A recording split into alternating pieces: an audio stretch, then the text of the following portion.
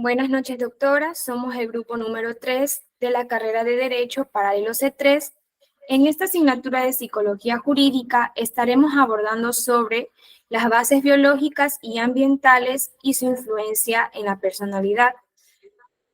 Las distintas escuelas psicológicas han permitido tener diversos conceptos e investigaciones para poder comprender los hechos que se desarrollan en la vida mental y que afectan a la conducta. Entre las principales escuelas se pueden detallar la más principal, teoría psicoanalista de Freud, el mismo que logró mediante sus estudios entender de una mejor manera a la personalidad y su desarrollo. Según Freud, el psiquismo humano está formado por tres partes muy importantes, las cuales son el consciente, el preconsciente y el inconsciente. Este desarrollo permitió un avance a la criminología, ya que todo delito tiene una motivación suficiente para el mismo criminal. Se sabe que el ser humano tiene la libertad de escoger entre ser una persona racional, irracional o razonable, pero cada una de sus acciones tendrá una responsabilidad o consecuencia. Es por ello que todo abogado debe saber analizar los factores de las conductas criminales, puesto que en muchas ocasiones los inocentes son quienes están detenidos y los culpables siguen afuera delinquiendo. Es difícil predecir el comportamiento de una persona, pero hay que distinguir los patrones que llevan para dictaminar de una mejor manera las conductas criminales que atentan contra la sociedad. Ahora, por otra parte, hay que recalcar que existen bases biológicas que influencian en la personalidad. Un punto clave son los neurotransmisores. Ellos excitan a la neurona receptora y emiten sus impulsos en la persona, o también los inhiben. Cada neurona del ser humano es una pequeña fuente de información que decide enviar o no la información a las demás células. De esta manera, el actuar de una persona puede ser por impulso de sus neurotransmisores, que enviaron ya por un tema de peligro, que estos reaccionan y pueden recurrir en la mente del criminal con acciones erróneas como el asesinato. Es por ello que una persona debe saber muy bien con qué tipo de persona se junta, pues nadie sabe los pensamientos o cómo reacciona ante ciertas circunstancias, evitando este tipo de persona mediante el seguimiento de patrones. Bueno, continuando con lo que dijo mi compañera, las escuelas psicológicas no solo ofrecen información sobre el comportamiento y los motivos detrás de los actos ilegales, sino también sobre lo que impulsa el cumplimiento de las leyes y órdenes legales. Las teorías conductuales ofrecen herramientas para comprender por qué las personas obedecen las leyes en función de su percepción del comportamiento y las consecuencias, así como de sus motivos internos. Además, la neurociencia ofrece información sobre la biología detrás de los actos delictivos con el uso de resonancias magnéticas funcionales y otras tecnologías de imágenes cerebrales para diferenciar entre la actividad cerebral normal y anormal en los delincuentes. El conocimiento de los aspectos neurobiológicos en el crimen han arrojado a la luz el papel de las influencias ambientales y el comportamiento de la pobreza, las drogas y la adicción. Las bases biológicas y ambientales para las decisiones legales brindan una visión crítica para influir en el comportamiento y los procesos de toma de decisiones con respecto a la justicia y el campo legal. La investigación biológica ha ayudado a explicar cómo la genética y los efectos ambientales tienen un impacto en nuestro comportamiento y nuestra sociedad. Ahora se entiende que para algunos delitos existen predisposiciones genéticas y que los factores ambientales desempeñan un papel crucial en la determinación del camino de un individuo hacia la delincuencia. Esto tiene consecuencias particulares en las evaluaciones de las tasas de reincidencia y las evaluaciones de riesgo como parte de los procedimientos de los tribunales de justicia penal, así como la evaluación de los programas de tratamiento o en la evaluación de condiciones psicológicas para el diagnóstico o los tratamientos.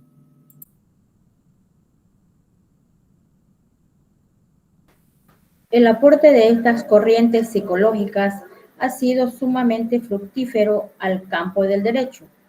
Las escuelas de la psicología son las grandes teorías de la psicología. Son formas variadas de abordar los análisis psicológicos según la perspectiva y el enfoque que más convenza al profesional de la salud mental. En cuanto al aporte de la psicología en el derecho, actúa como un auxiliar de derecho cuando necesita información sobre sus fines y sus estrategias o para interpretar hechos relativos o cosas, casos específicos, o sea, la psicología es y el derecho comparten una importante similitud. Ambas son ciencias humanas y sociales. Las primeras relaciones en el derecho establece con la psicología se produce a través de la psicología social. Esta se postula que el ser humano se comporte en función de las distintas interacciones que mantienen dentro del mundo social. De esta manera, los legisladores deben de tener en cuenta las relaciones que la persona establezca con los demás. De esta forma podrá tener la base necesaria en la elaboración de las normas que regulan las conductas humanas por medio de los genes y las hormonas. Todo esto abordaría comportamientos complejos como la cognición y la emoción. Las interacciones personales y relaciones están determinadas tanto por nuestros genes y por el mundo que nos rodea.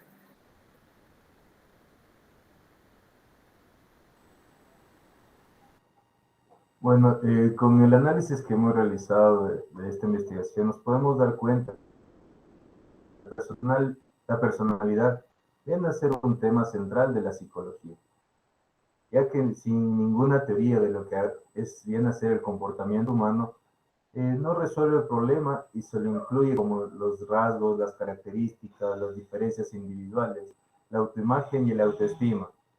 Al estudio de este fenómeno se han dedicado a su trabajo algunos de los mejores psicólogos en esta disciplina. Asimismo, podemos encontrar algunos modelos de la personalidad y con varios enfoques, como son la parte dinámica, factorial, del atributo, médico y biológico. De tres modelos que son dignos de ser nombrados en el uso generalizado de los términos de la cantidad y calidad de la hipótesis contrastadas que se derivan de ellos. A mí me llamó mucho la atención la forma en que José Antonio Marina diferencia entre el temperamento, el carácter,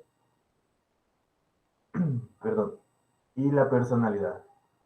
Los anfitriones, o sea, las personas, hay tres tipos de niveles de personalidad: la personalidad recibida, la personalidad aprendida y la personalidad elegida. Nuestras personalidades vienen a ser el resultado de la combinación de los factores. En sí, lo que pensamos en la personalidad como el patrón responsable de las diferencias individuales que podemos observar dentro de reflejar de alguna manera la fisiología del cuerpo en un momento, que a su vez pueden crear patrones que causan diferencias individuales. Por lo tanto, podemos decir que la diferencia anatómico-fisiológica dependen de los factores ambientales, sociales y o genéticos que actúan solos o combinados. Al final nos podemos dar cuenta que con esta investigación todavía tenemos un largo camino por recorrer, ya que en la biología y la personalidad son fenómenos separados, no son fenómenos separados, ni mecanismos neurobiológicos, y sus causas genéticas deben seguir siendo indagadas, porque no existe una teoría científica de la personalidad que pueda prescribir un nivel biológico.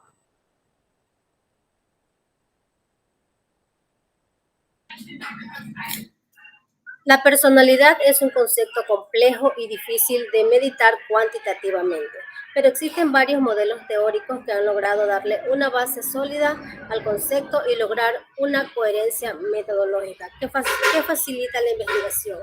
Este concepto ha sido interpretado de diversas maneras a lo largo de los años, pero desde el siglo pasado se ha visto como la organización dinámica del sistema psicofisiológicos del individuo que determina el comportamiento y característico, y la perspectiva biológica de la personalidad se centra en la interacción dinámica entre los procesos fisiológicos internos y los factores genéticos que los influyen, y las relaciones entre las diferentes estructuras cerebrales, cómo contribuyen al desarrollo de rasgos específicos.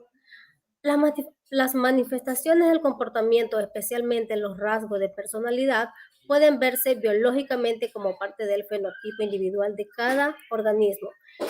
El término fenotipo se refiere a la expresión externa de los genotipos individuales regulada por factores intra y interorganismos, sociales y no sociales. Los factores intrínsecos orgánicos son interacciones fisiológicas entre varios mecanismos bioquímicos que controlan las funciones orgánicas. Los fundamentos biológicos de la psicología nos permiten sentir y sintonizarnos con un mundo significativo y navegar por él. Los sentimientos son algo abstracto, por lo que podemos estudiarlos directamente, pero sabemos que con el resultado de la actividad del sistema nervioso, la forma en que las personas se ven en sí mismas y sus relaciones con las demás tiene un gran impacto en la formación de su personalidad.